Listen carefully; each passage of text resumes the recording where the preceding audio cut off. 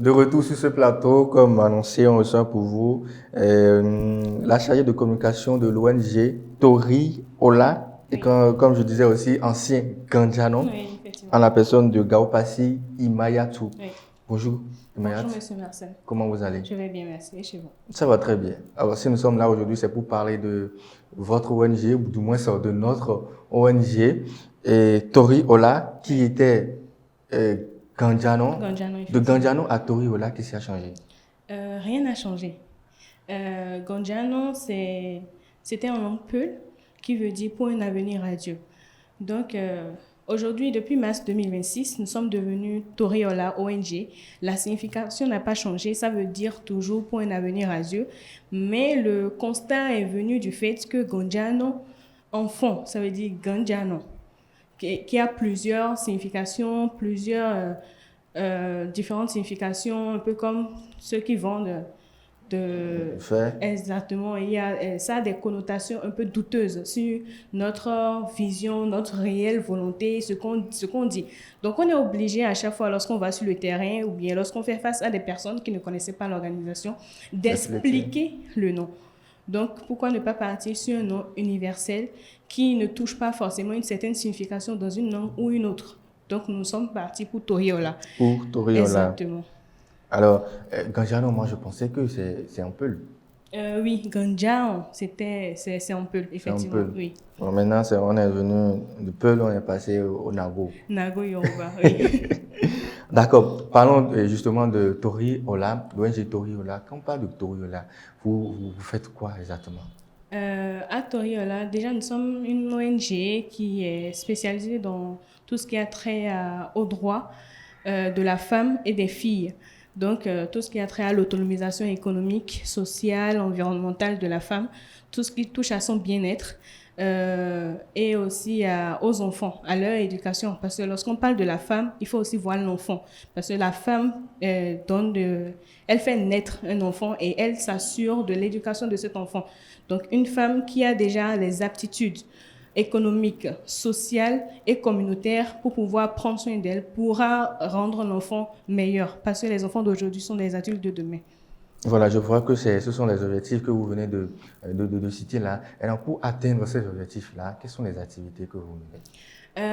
Les activités que nous menons ou que nous avons déjà menées, nous avons eu à mener des activités dans les 4 départements du nord du Bénin, à savoir le Borgou, la Lébori, la Takora et la Donga, Oui. dans différents domaines déjà toucher la lutte contre les violences sexuelles et les grossesses précoces et non désirées à Tangueta. Oui. Nous avons eu à créer des clubs de paix à Basila et à Waké. L'objectif de ces clubs de paix, c'était de réunir des personnes au niveau local, déjà dans les quartiers, les villages, les communautés, un groupe de femmes, et afin de pouvoir recenser les problèmes à leur base. Parce que lorsqu'on allume un feu et on ne l'éteint pas très vite, il peut brûler toute une forêt. Oui. Nous avons eu aussi à toucher des jeunes filles ici à Parakou concernant les droits à la santé sexuelle et reproductive et les violences numériques. À Ségbanan, nous avons touché l'aspect sportif à l'endroit des jeunes filles afin de promouvoir le sport des filles dans ces zones reculées.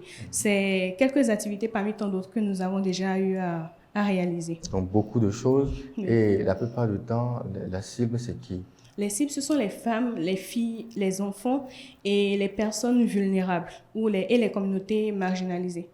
Est-ce que vous avez l'impression qu'avec toutes ces activités, l'objectif est quand même atteint ou du moins vous avez fait au moins la moitié du chemin? En 2026, nous sommes déjà à notre 6e année à Toriola S. Gonjano. Oui. Donc, nous avons atteint une certaine cible. Nous avons touché plus de 50 000 femmes à travers les différents départements. Et nous croyons au fait que peu importe le domaine dans lequel nous nous situons, nous arrivons à toucher un minimum l'autonomisation de ces femmes-là afin que nous ne voulons pas être là juste pour accompagner tout le temps. Nous voulons que les femmes que nous accompagnons soient des relais pour les enfants de demain. Pour les enfants de demain. Exactement. Vous avez fait l'effort de souvent regarder votre caméra en parlant. Alors, quand on parle d'activités, est-ce que vous avez des activités en vue? Vous travaillez sur quoi actuellement? Oui, les activités qu'on a en vue, je vais au niveau de la commune de Ndali.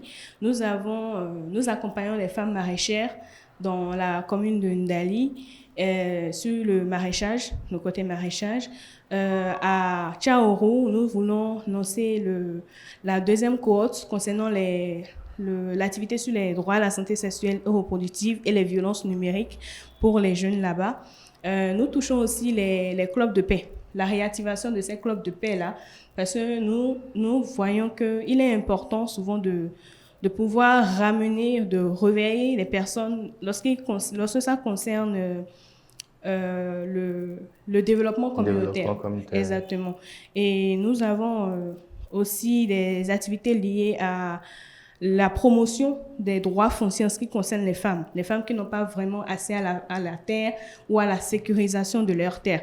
Donc, il est important que nous puissions nous appuyer par rapport à cela. Donc, c'est quelques activités que nous avons prévues pour ce mois d'août. Voilà, Toriola, pour intégrer, je ne sais pas, l'ONG, qu'est-ce qu'il faut?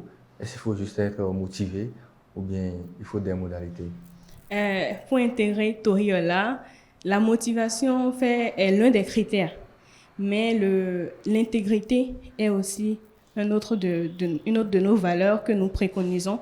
Il suffit juste d'aller sur nos réseaux sociaux. Nous avons les réseaux sociaux nous sommes sur Facebook et sur LinkedIn, d'aller sur nos réseaux sociaux. En temps, nous avons lancé un recrutement de membres. Il est toujours possible de s'y attarder ou carrément, de contacter les numéros qui sont sur nos réseaux sociaux, d'envoyer un mail à toriolaong@gmail.com afin de pouvoir intégrer l'ONG.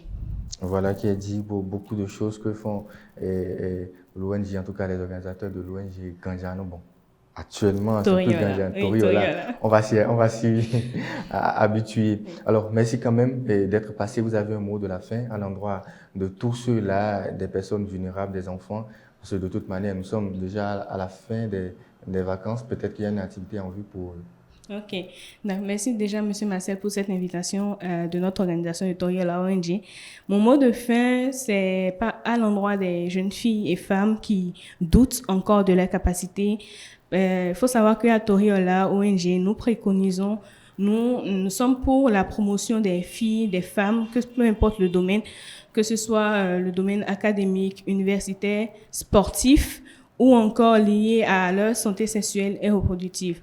Donc, nous encourageons les femmes, les jeunes filles à entrer dans les associations, les ONG, afin à leur échelle, de contribuer de leur manière à la promotion des droits des filles et des femmes. Parce que avant que les droits des filles et des femmes n'aillent vraiment de l'avant, il faut déjà soi-même, en tant que femme, pouvoir à notre échelle contribuer à notre manière. Merci beaucoup. Merci beaucoup. On va se retrouver prochainement, peut-être sur vos activités. Il n'y a pas de souci. Nous vous invitons. Il n'y a pas de souci. Alors, chers amis internautes, on fait une petite pause dans le zapping avant de revenir sur ce plateau pour le panel de discussion.